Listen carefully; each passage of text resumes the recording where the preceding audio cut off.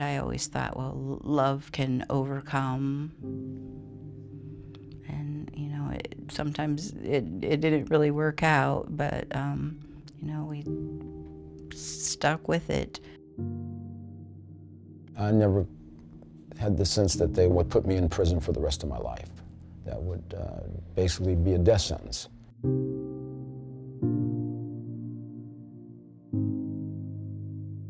I didn't really have any hopes that he was ever going to come home. I mean, the 3 strikes was with no possibility of parole, and so that, it was pretty cut and dry. It didn't, I'll be alone forever.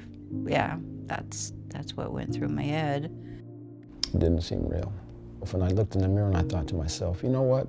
If you don't stop this madness and get this thing taken care of, you're gonna die up in here, and you're gonna die alone, and you're gonna die a broken, bitter drug addict. And I think that's when he changed. I screwed this up, I'm sorry, and I'm done with this. I contacted John Zulauf. Of course, financially, I was not in a position to do anything for myself as far as getting representation, but John got a hold of me shortly thereafter.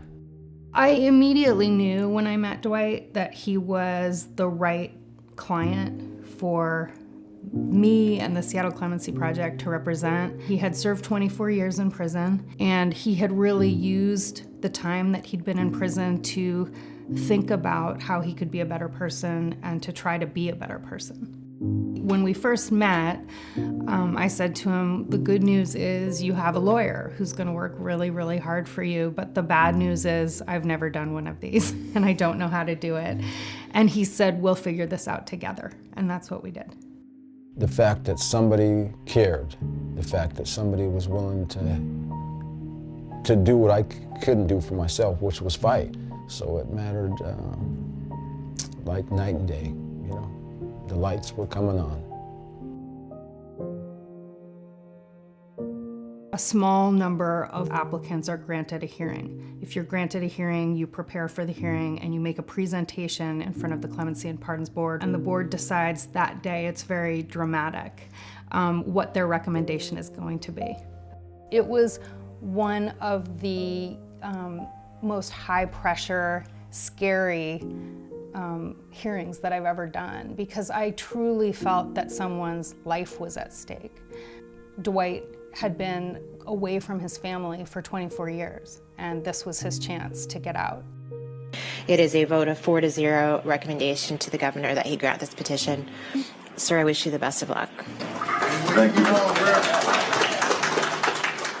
August 31st of last year, 2018, I left that morning, and it was like being born again. The nightmare can finally end, that I can finally start putting some things together and start making things right.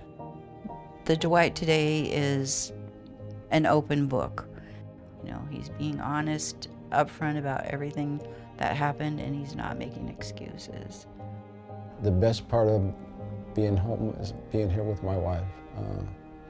I have not been the Dwight that she married for a long, long time. And I think and I feel like I'm giving her what she started out wanting to be with, that guy. It wouldn't have been possible for Dwight to come home without Jennifer and the Clemency Project. The Seattle Clemency Project, for me, is important, not just because of what it has done for me, but for the possibilities of what it can do for so many people that have so much to give to this world.